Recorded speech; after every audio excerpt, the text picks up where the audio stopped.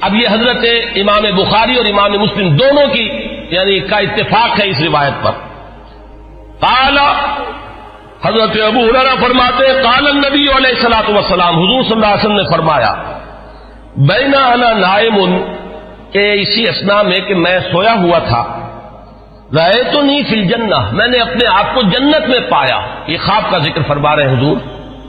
فَإِذَا امْرَأَةٌ تَتَوَضَّأُ إِلَىٰ جَانِبِ قَصْرٍ، تو میں نے دیکھا کہ ایک عورت، ایک خاتون ہے، ایک بہت بڑا قصر ہے، محل ہے، اس کے ساتھ کوئی لان ہوگا، پائن باغ ہوگا، اس میں وہ وضو کر رہی ہیں. قُلْتُ لِمَنْ هَٰذَا الْقَصْرُ، میں نے پوچھا، فرشتوں سے پوچھا ہوگا آپ نے، کس کا ہے یہ محل؟ قالوا لعمر، تو مجھے بتایا گیا کہ یہ عمر کا محل ہے. فذکرت غیرتک، اب یہ بات بھی حضور فرما رہے حضرت عمر سے کہ عمر اس وقت مجھے تمہاری غیرت کا احساس ہوا کہ گویا کہ وہ تمہاری زوجہ ہیں جنت میں جن کو میں نے دیکھا،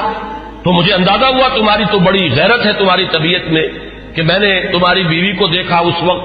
تو حضرت فَلَّيْتُ مُدْبِرًا، تو میں تمہاری غیرت کا خیال کر کے فوراً وہاں سے ہٹ گیا. فبکا عمر، حضرت عمر اس پر رو پڑے. وقال علیک غار یا رسول اللہ، تو انہوں نے فرمایا کہ حضور کیا میں آپ سے غیرت کروں گا؟ کیا اس کا کوئی امکان ہے کہ میری غیرت جو ہے وہ آپ کے معاملے کے اندر اس طریقے سے جانے؟ بہرحال اس حدیث نے حضرت عمر کا جو مقام ہے اس کو واضح کیا. پھر سنیے، اخرج الشیخان عن ابن عمر ان رسول اللہ صلی اللہ علیہ وسلم قال، یہ بھی متفق علیہ روایت ہے. حضور نے فرمایا بینا انا نائم شربت، میں ایک سویا ہوا تھا، خواب ہی میں نے پیا، یعنی اللبن، کیا پیا؟ دودھ پیا. حتی انظر الری یجری من اصفاری، اتنا پیا کہ وہ جو اس کے تر و تازگی اس سے پیدا ہوئی، میں نے محسوس کیا کہ اس کا اثر میرے ناخونوں تک پہنچ گیا. وہ تازگی جو ہے یا وہ قوت جو حاصل ہوئی اس سے وہ میرے ناخونوں سے ٹپک رہی ہے، بہہ رہی ہے. ثم ناولتہ عمر، پھر میں نے وہ پیالہ جو ہے وہ عمر کو دے دیا. قالوا فما اولتہ یا رسول اللہ، صحابہ نے پوچھا حضور آپ نے اس خواب کی کیا تعبیر کی؟ قال العلم، حضور نے فرمایا وہ پیالہ وہ علم کا پیالہ ہے جس سے میں نے سیر ہو کر پیا، اور پھر میں نے وہ پیالہ عمر کے حوالے کر دیا اور اس نے اس سے پیا. پھر سنیے تیسری حدیث، اخرجہ الشیخان، پھر اس حدیث کے راوی بھی دونوں ہیں امام بخاری امام مسلم. عن ابی سعید الخدری رضی اللہ عنہ، حضرت ابو سعید خدری فرماتے ہیں قال سمعت النبی صلی اللہ علیہ وسلم، حضور صلی اللہ علیہ وسلم سے میں نے خود سنا، یقول، یہ فرماتے ہوئے بین انا نائم رأیت الناس عرضوا علی وعلیہم قمص، میں سویا ہوا تھا، میں نے دیکھا بہت سے لوگ میرے سامنے پیش کیے گئے، انہوں نے قمیصیں پہنی ہوئی ہیں لیکن ان قمیصوں کا سائز جو ہے بڑا مختلف ہے. فمنها ما يبلغ الصدى، ان میں سے کچھ ایسے بھی تھے کہ جن کی قمیضیں صرف سینے تک پہنچتی تھیں. ومنها ما يبلغ دون ذلك، بہت سے ایسے تھے جن کی قمیضیں لمبی تھیں، اس سے زیادہ تھیں. وعرض علی عمر، اور اب میرے سامنے عمر کو پیش کیا گیا. وعلیہ قمیص یجرہ، ان پر اتنی لمبی قمیص تھی، اتنی لمبی قمیص پہنی ہوئی تھی، زیب تن کیے ہوئے تھے کہ وہ اسے گھسیٹ رہے تھے، یعنی وہ پیچھے پیچھے جو ہے، جیسے کہ پچھلے زمانے کے اندر بادشاہوں کا رواج ہوتا تھا ان کے، اور یہ ہمارے ہاں بھی جو جانگلیوں میں آپ نے دیکھا ہوگا تہمت جو ہے وہ زمین میں گھسٹتا ہوا چلے اپنے فخر اور غرور کے اظہار کے لیے، وہ نقشہ جو ہے کہ وہ اپنے اس قمیص کو گھسیٹ رہے ہیں. قالا، لوگوں نے پوچھا قالوا فما اولتہ یا رسول اللہ، حضور آپ نے اس کی کیا تعبیر فرمائی؟ قالا دین، حضور نے فرمایا دین ہے یہ. لوگوں کے حصے میں دین کے مختلف حصے آئے ہیں، کسی کے پاس بہت ہے، کسی کے پاس کم ہے، کسی کے پاس زیادہ ہے. حضرت عمر رضی اللہ تعالی عنہ کو اللہ تعالی نے دین کی دولت سے جس درجے سرفراز فرمایا وہ اس حدیث میں اس تمثیل سے واضح ہوئی. پھر سنیے، یہ بھی پھر متفق علیہ روایت ہے. یہ میں چاہتا ہوں کہ آپ حضرات کے سامنے یہ چیزیں آئیں تو اس پوری سند کے ساتھ آئیں، کس درجے کی یہ روایات ہے. یہ کہانیاں نہیں ہیں، یہ صرف زور خطابت نہیں ہے کہ جو لوگ اپنے انداز کے اندر آپ حضرات کے سامنے بیان کرتے ہو، بلکہ یہ کہ یہ حقائق ہیں وہ کہ جو ہمارے ہاں مستند ترین. اب ظاہر بات ہے کہ قرآن کے بعد مستند ترین ہمارے ہاں تو یہی دو کتابیں ہیں، صحیحین، صحیح بخاری اور صحیح مسلم. اس میں کسی کو بھی اہل سنت میں کسی شک و شبے کی گنجائش نہیں، اور ان کی یہ متفق علیہ روایات ہے. اس کے راوی حضرت سعد بن ابی وقاص رضی اللہ تعالی عنہ قال قال النبی علیہ الصلوۃ والسلام، یا ابن الخطاب، حضرت سعد بن ابی وقاص فرماتے ہیں کہ حضور صلی اللہ علیہ وسلم نے فرمایا، اے خطاب کے بیٹے رضی اللہ عنہ، والذی نفسی بیدہ ما لقیک الشیطان سالکا فجا قط الا سلک فجا غیر فجک۔ اے خطاب کے بیٹے، میں یہ دیکھتا ہوں کہ جس راستے سے تو چل رہا ہوتا ہے، شیطان جو ہے اس راستے سے کنی کترا کر کسی اور گھاٹی میں سے نکل جاتا ہے، یعنی وہ آمنا سامنا کرنے کی قوت نہیں رکھتا ہے عمر تمہارے ساتھ۔ اب روایت جو ہے یہ صرف بخاری کی ہے، متفق علیہ نہیں، لیکن اصح الکتب بعد کتاب اللہ تو یہ صحیح بخاری ہے۔ عن ابی ہریرہ قال النبی علیہ الصلوۃ والسلام لقد كان فيما قبلكم من الامم ناس محدثون فإن يكن في امتي احد فإنه عمر۔ حضرت حضور صلی اللہ علیہ وسلم کا فرمان کیا ہے؟ حضرت ابو ہریرہ راوی ہے کہ حضور نے فرمایا کہ تم سے پہلی جتنی امتیں گزری ہیں، جتنے رسولوں کو اللہ تعالیٰ نے امتیں عطا فرمائی، ان میں محدث ہوتے تھے۔ محدث وہ ہے، اس کو میں نے پہلے بھی کبھی عرض کیا تھا کہ یہ لفظ جو ہے زبر اور زیر کے فرق سے بہت اس کے اندر معنی کا جو ہے فرق واقع ہو جاتا ہے۔ محدث یہ تو ہمارے ہاں محدثین کرام، امام بخاری، حدیث نبوی کے ماہرین عالمین، وہ ہے محدثین۔ اور محدث وہ شخص ہوتا ہے جس سے اللہ کلام کرے، جسے اللہ کی طرف سے الہام ہوتا ہو، وہ محدث ہے۔ حضور نے فرمایا کہ تم سے پہلے جتنی امتیں بھی گزری ہیں ان میں محدث ہوتے تھے، میری امت میں اگر کوئی محدث ہے تو وہ عمر ہے رضی اللہ تعالی عنہ۔ اس کا ایک بڑا گہرا تعلق ہے کہ کتنی چیزیں، کتنے معاملات ہیں، اگرچہ میں نے نشان تو اور بہت سی روایات کے اوپر بھی لگائے ہوئے ہیں، لیکن میں سمجھتا ہوں کہ میں اسی پر اکتفا کروں۔ البتہ ایک چیز جو ہے حضرت عمر رضی اللہ تعالیٰ عنہ کے مناقب میں جو اہم ترین ہے، وہ میں چاہتا ہوں کہ ذرا چند منٹ اور لے کر آپ کے سامنے بیان کر دوں، اور وہ اسی سے کہ محدث اس شخص کو کہتے ہیں جس سے اللہ ہم کلام ہوتا ہو، جس پر الہام ہوتا ہو، جس کا ملأ اعلیٰ کے ساتھ اتنا گہرا روحانی تعلق ہو، جس کی ذہنی مناسبت ہو کہ جو بات جو ہے دین میں ابھی آئی نہیں ہے وہ بھی حضرت عمر رضی اللہ تعالیٰ عنہ کے مزاج کی مناسبت سے ان پر منکشف ہو جاتی تھی۔ چنانچہ آپ نے خطبوں میں، ہمارے ہاں اہل سنت کے خطبوں میں جب مختلف نام لیے جاتے ہیں خلفائے راشدین کے، تو ہر ایک کی شان میں کچھ الفاظ بارہا آپ نے سنے ہوں گے۔ چنانچہ حضرت ابوبکر کے بارے میں الفاظ آتے ہیں کہ تمام لوگوں میں انبیاء کے بعد بالاتفاق جو افضل ترین انسان ہے وہ حضرت ابوبکر ہیں۔ حضرت عمر کے بارے میں الفاظ آتے ہیں الذی کان رأیہ موافقا بالوحی والکتاب، عمر بن الخطاب رضی اللہ عنہ۔ اس میں چونکہ کچھ قافیہ بھی ملانے کی جن حضرات نے بھی یہ خطبہ مرتب کیا ہے، تو عربی زبان میں چونکہ اس کی بھی ایک اہمیت ہے، صوتی آہنگ ہوتا ہے، تو کچھ قافیے بھی ملائے گئے ہیں۔ جامع آیات القرآن عثمان ابن عفان رضی اللہ تعالی عنہ، اس طریقے سے۔ تو حضرت عمر کے بارے میں یہ الفاظ آپ نے بہت سنے ہوں گے کہ الذی کان رأیہ موافقا بالوحی والکتاب، وہ شخص کے جس کی رائے وحی اور کتاب کے موافق تھی۔ میں نے ایک مرتبہ یہ عرض کیا تھا اور آج پھر جسارت کر رہا ہوں کہ غیر شعوری طور پر ان الفاظ نے حضرت عمر کا درجہ گھٹا دیا ہے، اس لیے کہ یہ شان تو ہر صحابی کی ہے، ہو ہی نہیں سکتا کہ وحی اور کتاب کے موافق ان کی رائے نہ ہو۔ جب وحی اور کتاب آ گئی تو اب کسی صحابی کی یہ شان ہے ہی نہیں، جیسے کہ قرآن مجید میں فرمایا گیا کہ ما کان لمؤمن ولا مؤمنۃ اذا قضى الله امرا ان يكون له الخيرة في امره،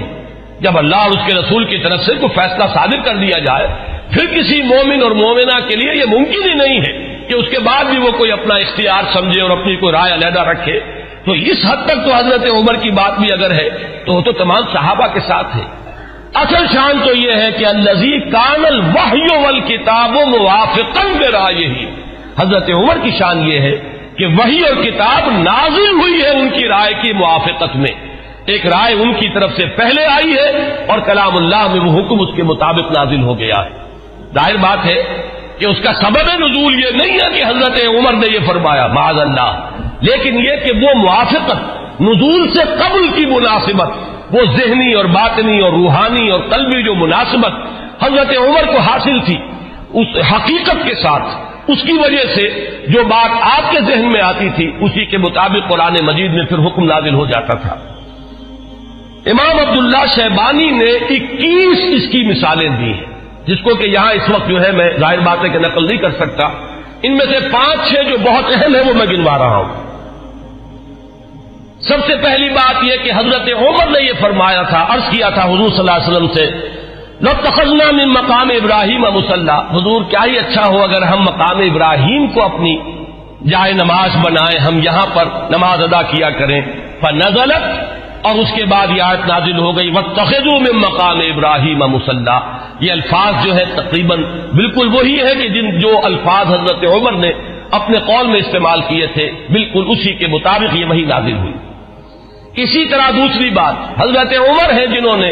حضور صلی اللہ علیہ وسلم سے فرمایا، عرض کیا تھا یا رسول اللہ يدخل على نسائك البر والفاجر فلو امرتهن ان يحتجبن، کہ حضور آپ کے گھروں میں مومن بھی آتے ہیں، منافق بھی آ جاتے ہیں، نیک بھی آتے ہیں، اور فاسق قسم کے لوگ بھی آ جاتے ہیں، تو کیا ہی اچھا ہو اگر آپ اپنی ازواج کو پردے کا حکم دیں۔ فنزلت آیت الحجاب، اس کے بعد جو ہے وہ حجاب والی آیت نازل ہو گئی۔ نمبر 3، وَاجْتَمَعَ نِسَاءُ النَّبِيِّ علیہ الصلوۃ والسلام فی الغیرہ قلت، حضرت عمر یہ فرماتے ہیں کہ جب حضور صلی اللہ علیہ وسلم کے ازواج مطہرات نے وہ ایکا کر لیا تھا، یہ واقعہ ہے جو آتا ہے سیرت میں، حضور صلی اللہ علیہ وسلم سے نان نفقے کے مطالبے کے لیے کہ کچھ ہمارا بھی جو ہے روزینہ بڑھا دیا جائے، کچھ ہمارے لیے بھی وسعت ہو جانی چاہیے، جیسے حضرت فاطمہ حاضر ہوئی تھی حضور کی خدمت میں کہ اب تو عام لوگوں کے گھروں کے اندر جو ہے بڑی خوشحالی ہے، تو مجھے بھی کوئی کنیز یا غلام عنایت ہو جائے۔ اسی طرح ازواج مطہرات کا معاملہ ہے، انہوں نے بھی اسی دلیل سے کہ اب تو عام لوگوں کے گھروں کے اندر بڑی خوشحالی ہو گئی ہے، تو کچھ نہ کچھ ہمیں بھی وسعت اور کشادگی کا انتظام کر دیا جائے۔ تو جب یہ معاملہ ہوا تو حضرت عمر نے یہ کہا تھا، جو الفاظ فرمائے تھے اس کے مطابق وہ آیت نازل ہوئی، عسى ربه ان طلقكن ان يبدله ازواجا خيرا منكن۔ یہ تیسری مثال ہے۔ چوتھی مثال، بدر کے اسیروں کے ضمن میں جب مشورہ ہوا، حضرت عمر کی رائے یہ تھی کہ ان سب کو قتل کیا جائے، نہ صرف یہ کہ قتل کیا جائے بلکہ جو بھی رشتہ دار ہو کسی اسیر کا مسلمانوں میں سے، قریب ترین رشتہ دار، وہ اپنے ہاتھ سے اسے قتل کرے۔ اگرچہ حضور صلی اللہ علیہ وسلم پر تو آپ کو معلوم ہے کہ غلبہ تھا، رافت، رحمت، شفقت، نرمی، اسی لیے قرآن مجید میں 2 جگہ وہ آیت نازل ہوئی ہے کہ حضور سے فرمایا اللہ نے کہ نبی آپ کی نرمی کے یہ لوگ حقدار نہیں ہیں، یہ کفار اور منافقین،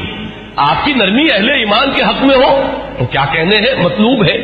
لیکن یہ آپ کی نرمی سے جو بیجا فائدہ اٹھا جاتے ہیں کفار و منافقین، تو ذرا آپ اپنی طبیعت میں ان کے لیے سختی پیدا کیجیے۔ یا ایھا النبی جاہد الکفار والمنافقین واغلظ علیہم، 2 جگہ پر یہ آیت آئی ہے، سورہ تحریم میں بھی ہے، سورہ توبہ میں بھی ہے۔ تو وہی بات جو ہے یہاں پر ہوئی تھی کہ حضور کی طبیعت میں بھی غلبہ تھا، اور حضرت ابوبکر انتہائی رقیق القلب، حضور صلی اللہ علیہ وسلم کی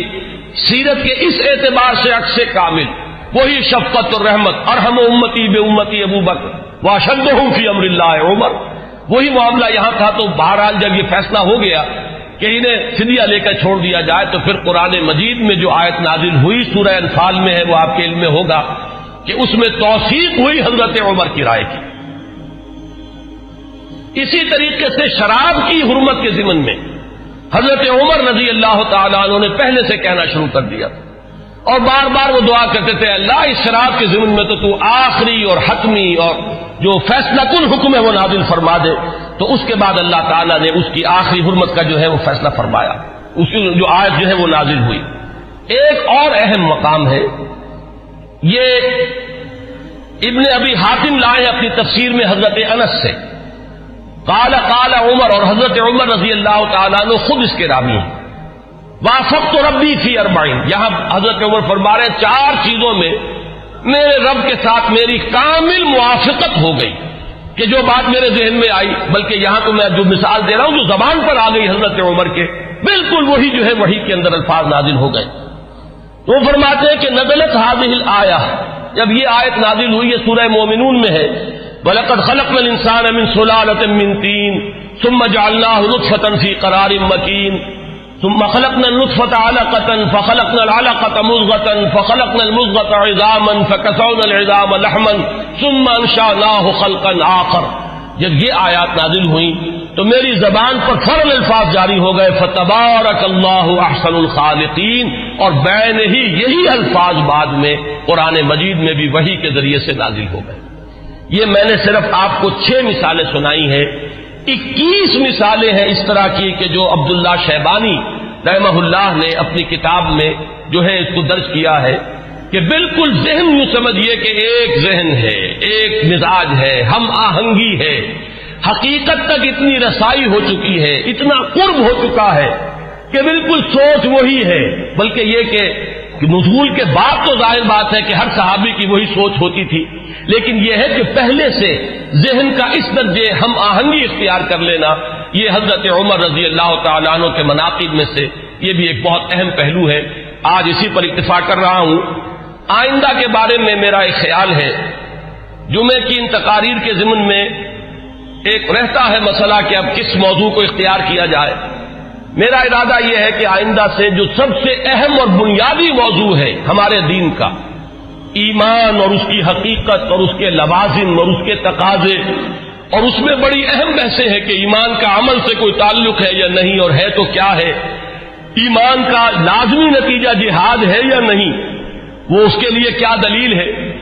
ایمان کا مادہ کیا ہے، اس کے لفظی معنی کیا ہے. میں انشاءاللہ تعالیٰ ایک سلسلہ تقاریر اس موضوع پر شروع کروں گا تاکہ جو بنیادی ہمارے دینی تصورات ہیں